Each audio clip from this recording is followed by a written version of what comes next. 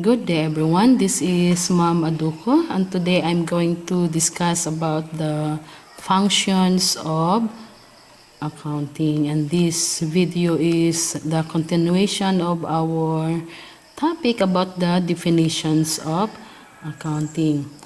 So according to the definition of AICPA, accounting is the art of recording, classifying, summarizing in a significant manner and in terms of money, transactions, and events which are in part at least of a financial character and interpreting the results thereof. So from the foregoing definitions of accounting, so the primary functions of accounting is the record keeping functions. So the record keeping function is keeping a systematic record of financial transactions, and there are ways of record keeping. So one of it is the journalizing.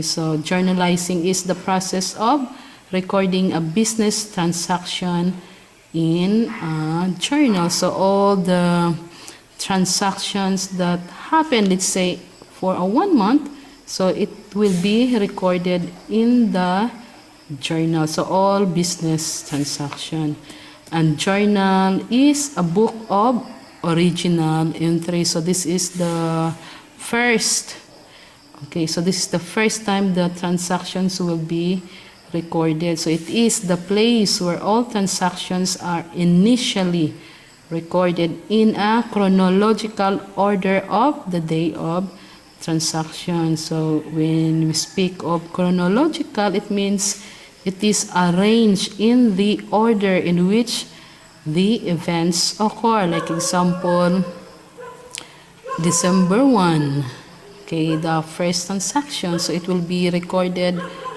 as of December 1, and then the next transaction will be December 2, then the next December 3. So that is chronological order of the day of transaction, not like December 1 and then you jump up to December 5 and then you record it December 3 again, then you jump up. No, it should not be that way. Then the next is posting. So after recording in the journal, so the next process is posting. So posting is the process of transferring to the ledger the same information recorded in the journal.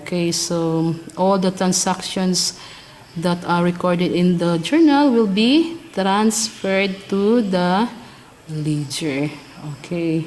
So the process of transferring is called posting, and ledger is the book of final entry. So it is where all the business, entire collections of accounts are recorded. Like example, all the accounts of cash, and then all the accounts of account receivable or accounts payable.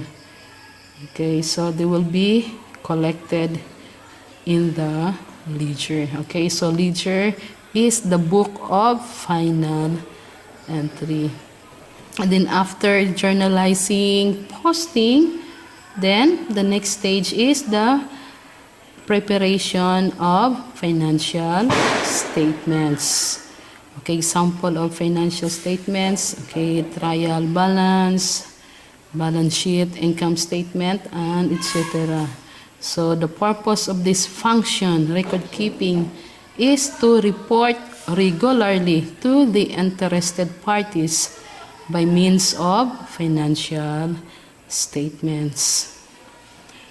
Then the second functions of accounting is to protect the business property. From what? To protect from what? From unjustified and unwanted use. So accounting serves as evidence of how much of a particular resource does a company have, and accounting will serve as check and balance. And then the third functions of accounting is the legal requirements functions. So the accounting will devise a system to meet the legal requirements. Okay, so under the provision of law, a business owner has to fill various statements. Example, income tax returns, sales tax, withholding tax, and etc. Okay, and then also to fulfill the legal requirements. So that is the third functions of accounting. Okay, so the last function of accounting is the communication of the result.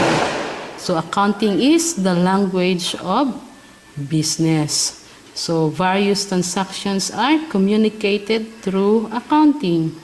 So the accounting reports produced at the end of each period will be communicated to different parties. So who are these parties?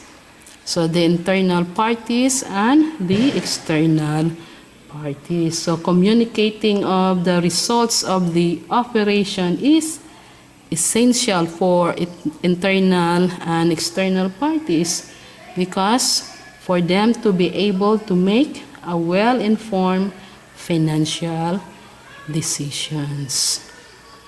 Okay, so class, these are the functions of accounting. Record-keeping function to protect the business property, legal requirements, and the communicating the results.